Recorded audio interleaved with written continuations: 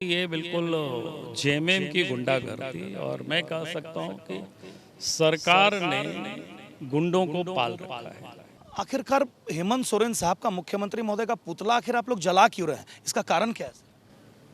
देखिए, स्वाभाविक है कि जब सरकार नहीं सुनती है तो आप देखते होंगे जब लोग आंदोलन करते हैं तो यही सब करते हैं, धरना करते हैं, प्रदर्शन करते हैं, रैली करते हैं, सभा करते हैं, पुतला दहन करते हैं।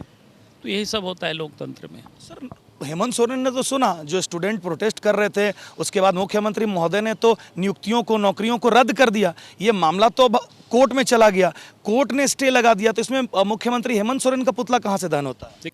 जिस प्रकार से हेमंत सोरेन ने निर्णय लिया या अधिसूचना जारी किया, ये स्पष्ट था। ये बच्चों को न्याय देना नहीं था कि बच्चों को लॉलीपॉप पकड़ा देना। लोकतंत्र में लोकतांत्रिक तरीके से विरोध करना सबका अधिकार है, यह संविधान हमको अधिकार देती है। लेकिन उस अधिकार से लोगों को डरा करके, धमका करके, मारपीट करके ये जो सरकार कोशिश कर रही है, ना इस झारखंड की जनता बर्दाश्त करेगी, ना नौजवान बर्दाश्त करेगा, और हमारी पार्टी तो कदापि इसको बर्दाश्त नहीं करेगी। आपसे अस्थायी निराकरण ये अस्थायी निराकरण एक ही है कि पूरे मामलों की जांच सीबीआई से करानी चाहिए। झारखंड के रामगढ़ में आज बाबूलाल मरांडी जी का, जो भारतीय जनता पार्टी के झारखंड के शीर्ष नेतृत्व करता है, इनका आगमन हुआ। इनका आगमन कल के बयान के अनुसार ही हुआ है क्या सर, कि हम आ रहे हैं और पुतला जलाएंगे? तो क्या पुतला जलाने के लिए आप आए हैं यहाँ? नहीं, पुतला तो कल हमारे कार्यकर्ता ने जला ही दिया। नहीं जला पाए सर, पुलिस जीत गई है प्रतियोगिता। ऐसा नहीं है। अब कुछ पुलिस अगर कुछ खींचा खींची हुआ है, लेकिन लोग जलाए, मुझे वीडियो भी लोगों ने दिखाया।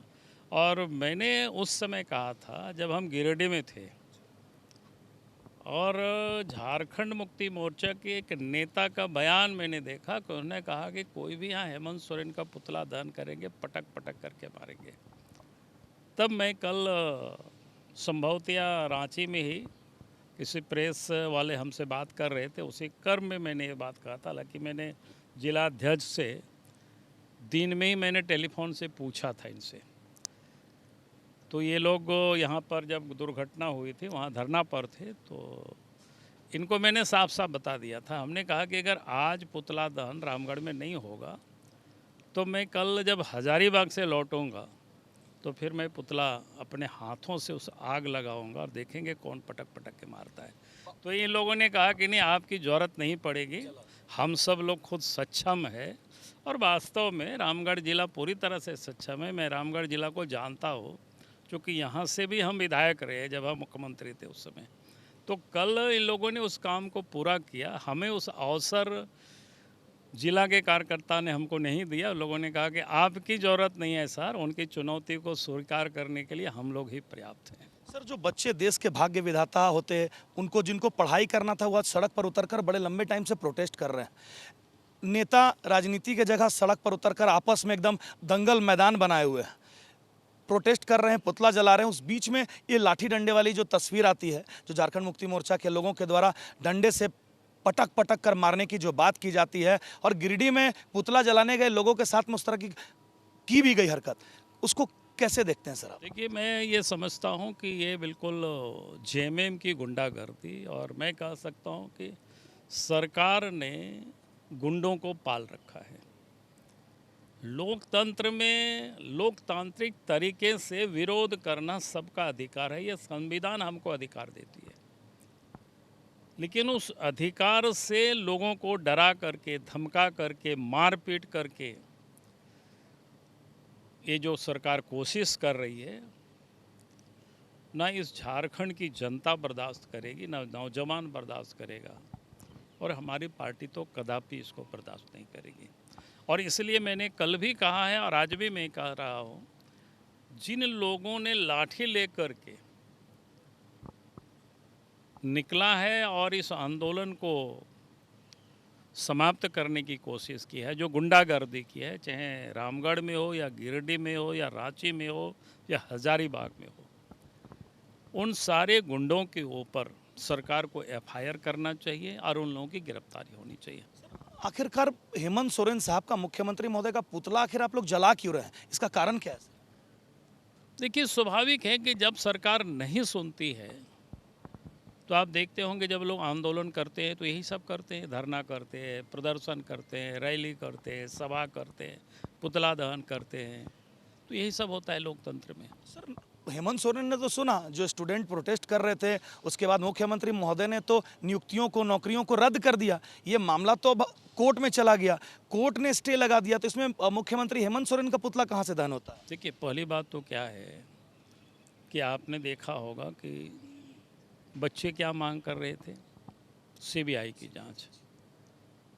और बच्चे तो इतनी सारे एग्जाम के बारे में चर्चा भी नहीं कर रहे थे, लेकिन हेमंत सोरेन ने क्या किया, 22 नियुक्तियों को रद्द कर दिया।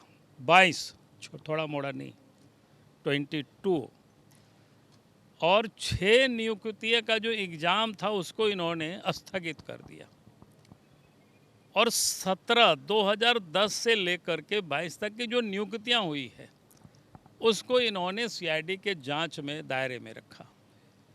इसका मतलब क्या था, उस दिन भी मैंने कहा था, जिस प्रकार से हेमंत सोरेन ने निर्णय लिया है या अधिसूचना जारी किया, ये स्पष्ट था ये बच्चों को न्याय देना नहीं था कि बच्चों को लॉलीपॉप पकड़ा देना। बच्चे झारखंड के सीधे होते हैं, सरल होते हैं, सहज होते हैं, इनके चाल को लोगों ने समझ नहीं पाया और जिंदाबाद किया उनका।